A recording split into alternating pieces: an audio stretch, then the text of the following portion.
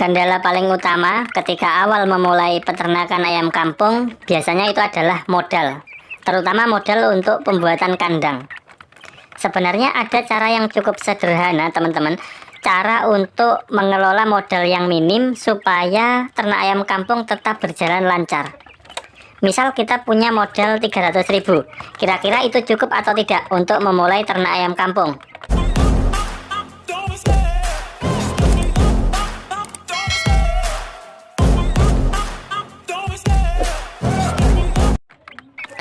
Selamat sore, selamat datang di channel Peternak Sultan. Pada kesempatan kali ini kita akan melanjutkan pembahasan dari video sebelumnya, video kemarin. Pada video sebelumnya kita sudah membahas tentang cara menentukan jenis ayam, kemudian cara memantau pasar, lalu cara mencegah penyakit ayam. Nah, sekarang kita akan melanjutkan. Jadi setelah kita tahu sedikit ilmu tentang cara mencegah penyakit ayam, kemudian material yang perlu teman-teman persiapkan itu adalah kandang. Bisa memakai kandang sistem koloni atau sistem semi umbaran atau semi intensif. Jadi ayamnya diumbar tetapi masih dalam pengawasan kita teman-teman. Sebelum kita lanjutkan, jangan lupa like video ini, komen, subscribe juga boleh, kemudian jangan lupa untuk melihat kolom deskripsi. Baik, banyak yang bilang kandang semi intensif itu jauh lebih menjanjikan ketimbang ayam yang diumbar lepas. Karena kalau kandang semi intensif itu ayam masih bebas, mereka bisa mencari pakan tambahan di area kandang, tetapi mereka tetap dalam pengawasan kita, tetap di dalam area pagar kandang. Sedangkan kalau diumbar lepas, itu kan tanpa pagar pembatas, pengontrolannya pasti sulit teman-teman. Ayam akan memungkinkan untuk keluar atau bermain bersama ayam-ayam tetangga, bermain dengan ayam-ayam di area luar kandang. Akhirnya itu akan memudahkan atau gampang tertular penyakit. Kita kan nggak tahu ayam-ayam tetangga itu membawa bibit penyakit atau tidak. Jadi paling aman atau lebih aman itu kita pakai pagar. Kemudian yang terakhir, tadi kita sudah menentukan jenis ayamnya.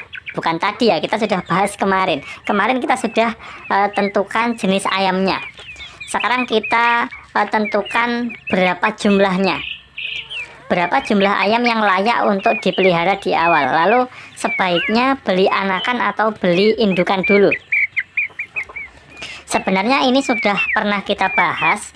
Kalau teman-teman sebagai pemula, benar-benar pemula, sebaiknya teman-teman mulai dari indukan dulu.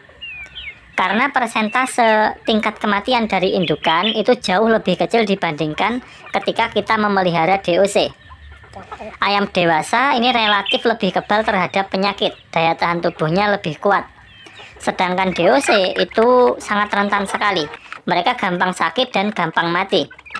Katakanlah kalian itu masih pemula, baru belajar, benar-benar baru, kemudian mencoba untuk nekat beli ayam langsung banyak, misal satu box isinya 100 ekor. Itu percaya nggak percaya, kalau teman-teman nekat belum tahu caranya ya, pasti kematiannya nanti tinggi, bisa mencapai 30% atau bahkan bisa juga itu yang parah, itu ada kematian mencapai 50%. Jadi dari 100 ekor anak ayam yang tersisa setelah berjalan seminggu 2 minggu hingga akhirnya tiba waktunya panen, itu tersisa hanya 50 ekor, separuhnya mati. Jadi inilah pentingnya memulai dari indukan dulu. Kita mulai dari indukan, berapa jumlahnya, hitungan idealnya itu 1:5, 1 jantan 5 betina, atau 1 jantan 4 betina itu juga lebih bagus karena tingkat fertilitasnya akan lebih tinggi. Kemudian bagaimana cara mengolah pakannya?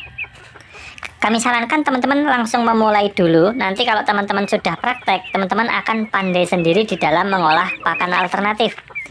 Teman-teman coba saja, nanti akan bisa memprediksi sendiri.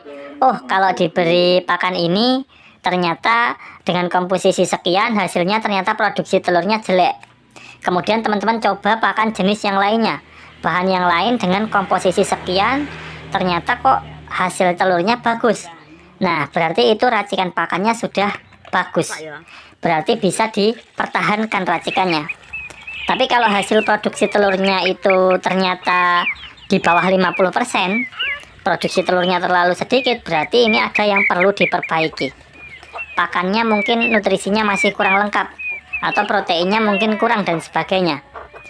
Intinya kalau masih belajar beternak, kami rekomendasikan untuk memulai dari 1 jantan 5 betina. Tidak perlu banyak-banyak.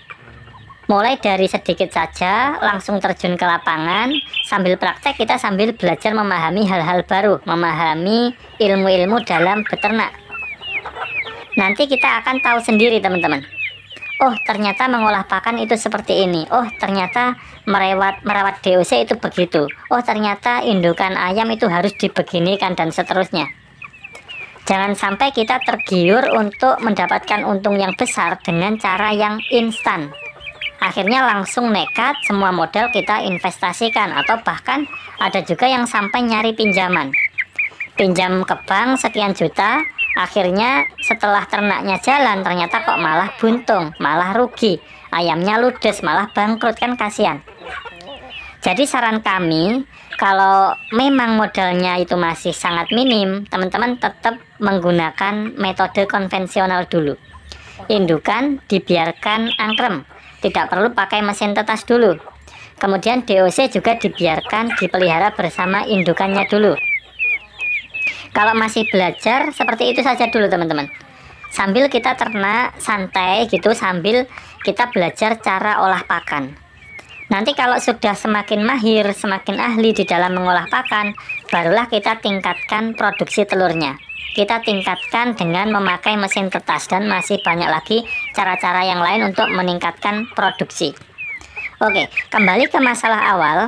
Untuk masalah modal ini menurut kami relatif. Ini semua kembali kepada kapasitas kita masing-masing. Kalau kami tetapkan modalnya harus sekian, standarnya sekian, maka itu tidak relevan lagi.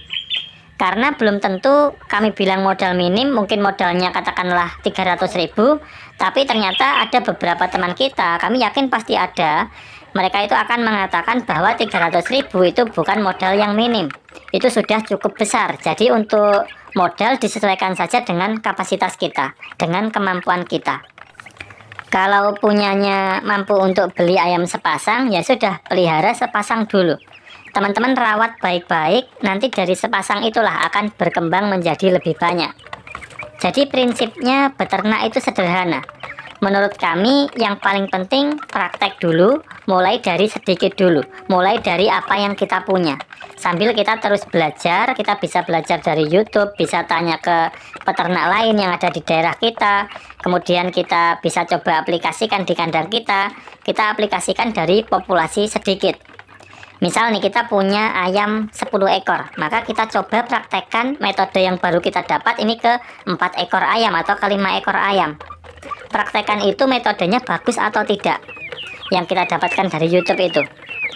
Kalau misalkan dirasa itu hasilnya bagus, ya diteruskan. Tapi kalau ternyata hasilnya kurang memuaskan atau bahkan mungkin muncul permasalahan-permasalahan, maka cobalah dengan metode lain. Contohnya begini. Kita pakai metode jamu-jamuan, tapi ternyata kok tidak cocok. Ternyata ayam-ayam kita malah banyak yang bermasalah, banyak yang sakit. Kemudian kita nyoba pakai metode lain. Anggaplah kita ganti ke metode vaksin. Ternyata kok cocok. Ternyata kok ayamnya sehat-sehat. Ya sudah, kita berarti pakai metode vaksin saja. Jadi fleksibel saja teman-teman.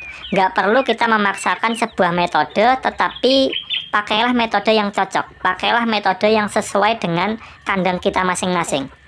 Oke, terus ikuti video-video terbaru dari kami. Kurang lebihnya kami mohon maaf, dan sampai jumpa di video berikutnya.